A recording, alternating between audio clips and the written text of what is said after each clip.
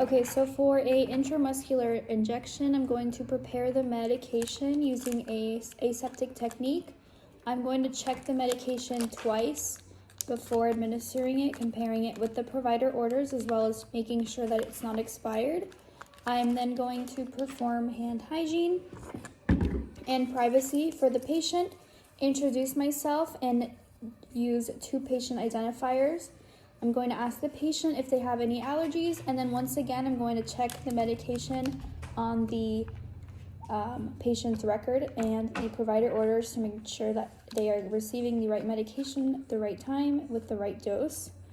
And then I'm going to explain the medication to the patient, any side effects they might have, and then let me know if they experience any swelling or burning after the injection. I'm going to caution the patient, letting them know that it does cause a little burning sensation when the injection goes in. So I'm going to find the injection site. For a intramuscular, the best place is going to be the ventral gluteal area. I'm going to put the patient in a comfy position and expose just the site that they're going to be injected. I'm going to apply my clean gloves. Okay, so once I've applied clean gloves, I'm going to clean the site of the injection, going from the inside towards the outside. And I'm going to allow for that injection site to air dry before I insert the needle. I'm going to remove the needle cap, place it here, and I'm going to hold the needle at a 90-degree angle, holding it like a dart. And I'm going to ask the patient to relax. Just a little pinch here. And I'm just going to insert the needle. I'm going to insert about 10 milliliters per second. Remove the needle, apply the safety, and I'm just going to apply pressure to the site.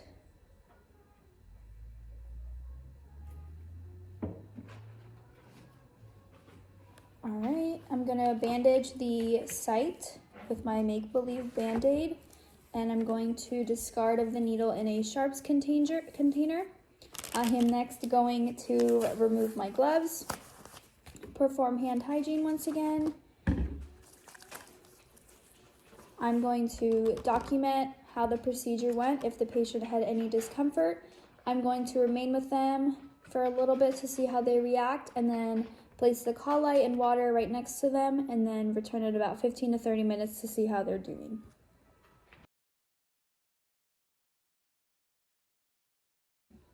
Okay, for the subcutaneous injection, I'm going to perform hand hygiene, and I'm going to prepare the medication using aseptic technique, which I've done already. I'm going to make sure that I check the medication with the provider orders, as well as with the medical report of the patient, making sure that it is the right medication, the right dose, and the expiration on the medication isn't expired. And then I'm going to do that, make sure I'm going to double check that. I'm going to perform hand hygiene once again, and then making sure that the patient has privacy. I'm going to introduce myself and provide 2 patient identifiers. So first and last name and date of birth. Then I'm going to ask the patient if they have any allergies, and I'm going to check that medication one more time to make sure that it is the right dose, right medication, and the right patient. I'm going to then discuss the medication, its action, and any possible side effects they might have. And then I'm going to ask the patient if they have any questions or if they have any concerns about the medication. I'm going to then check the medical record for the site of injection that was ordered. I'm going to inspect the skin of the injection site, and I'm just going to palpate, making sure that there's no tenderness, no pain when I palpate. Next, I'm going to just help the patient into a comfortable position and have them relax. I'm going to apply clean gloves. So once I've applied clean gloves, I'm going to just clean the site with an alcohol wipe, making sure to start in the center and working my way out. I'm going to remove the cap of the thing, and I'm going to pinch the skin of the site. I'm going to insert the needle at a 45-degree angle with my dominant hand and then take a few seconds to inject that medication into the patient.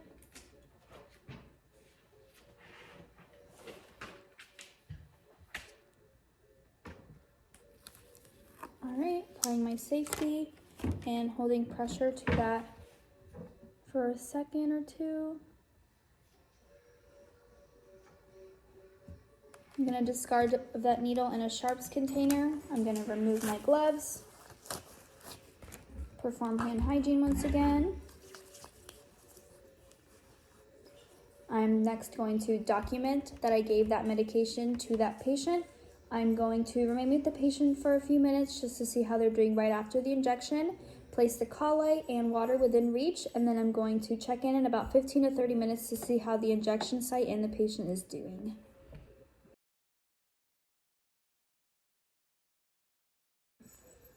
Okay, for an insulin injection, I'm going to perform hand hygiene and privacy. I'm going to introduce myself to the patient and perform the 2 patient identifiers.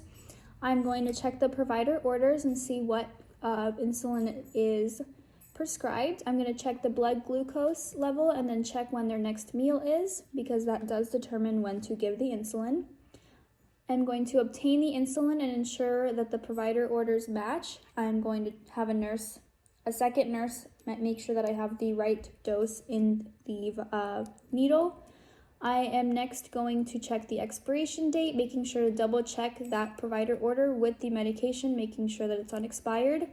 And if it was cooled in a fridge, I'm going to make sure that the insulin is at room temperature. And then I'm just going to make sure that the insulin that I'm about to administer is not cloudy, it's clear, there is nothing wrong with the actual insulin. And I'm going to draw up the insulin. Next, I'm going to choose the site of injection. In this case, the patient chose the lower abdomen. I am going to once again compare and verify the dosage of the insulin. So this is my 3rd medication check. I'm going to perform hand hygiene.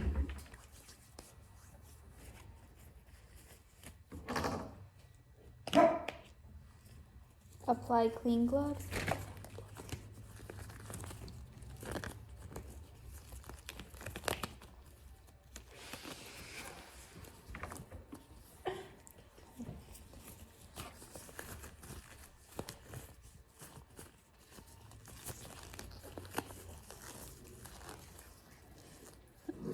All right, once I've applied my clean gloves, I'm going to remove the cap of my insulin.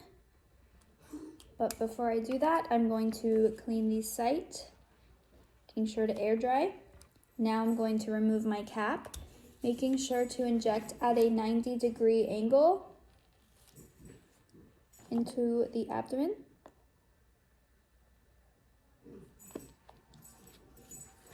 Recap that needle. And go ahead and dispose of my equipment in a sharps container. Document that the patient received the medication.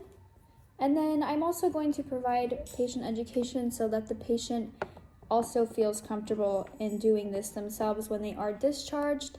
I'm going to document that the patient received the insulin, check back in 15 to 30 minutes for any reactions, and then check their glucose levels once more.